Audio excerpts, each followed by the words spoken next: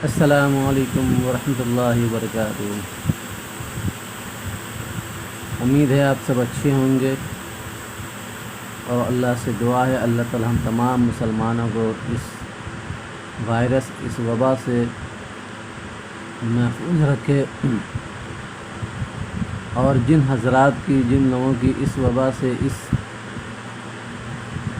Corona virus سے موت ہوئی ہے، اللہ ان کے گھر والوں کو صبر و تحمل عطا فرمائے۔ اور ہمیں اللہ تعالیٰ سے دعا کرنی چاہیے کہ اے اللہ ہم مسلمانوں پر سے اس عذاب کو ہٹا دے، اور ہم مسلمانوں کے اس سے محفوظ فرما۔ انشاءاللہ ہم بہت جلد پھر سے اپنی ویڈیو کی شروعات کریں گے۔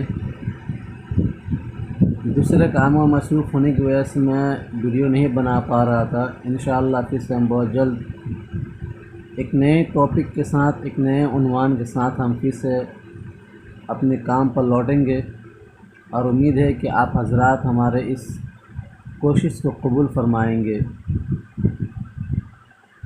اور زیادہ سے زیادہ لوگوں میں پھیلائیں گے۔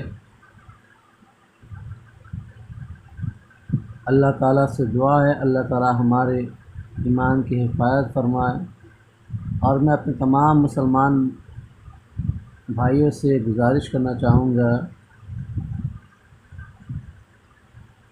کہ اللہ تبارک و تعالیٰ جو ہے یہ ہم پر ایک بہت بڑی عذاب نازل کیے ہیں،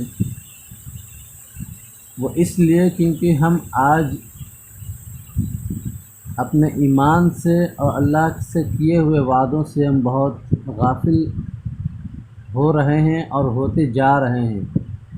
اگر اب بھی ہم اپنے ایمان کی طرف نہیں لوٹے، اسلام کی طرف نہیں لوٹے، اللہ کی طرف نہیں لوٹے، تو یاد رکھیے گا ہمارے اوپر اس سے بھی بڑی عذاب مسلط کی جائے گی۔ ہمیں نماز کا پابند بننا ہوگا، اور قرآن اور حدیث پہ چلنے والا بننا پڑے گا۔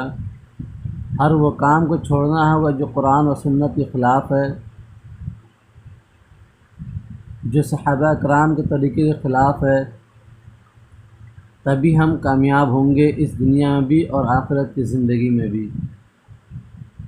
اللہ تعالیٰ سے دعا ہے ہمیں قرآن و سنت پہ چلنے والا بنائے، اور دنیا کے تمام مسلمانوں کو ہر ایک پریشانی، ہر مصیبت سے اللہ بچائے۔ آمین یا رب العالمین۔ السلام علیکم ورحمۃ اللہ وبرکاتہ۔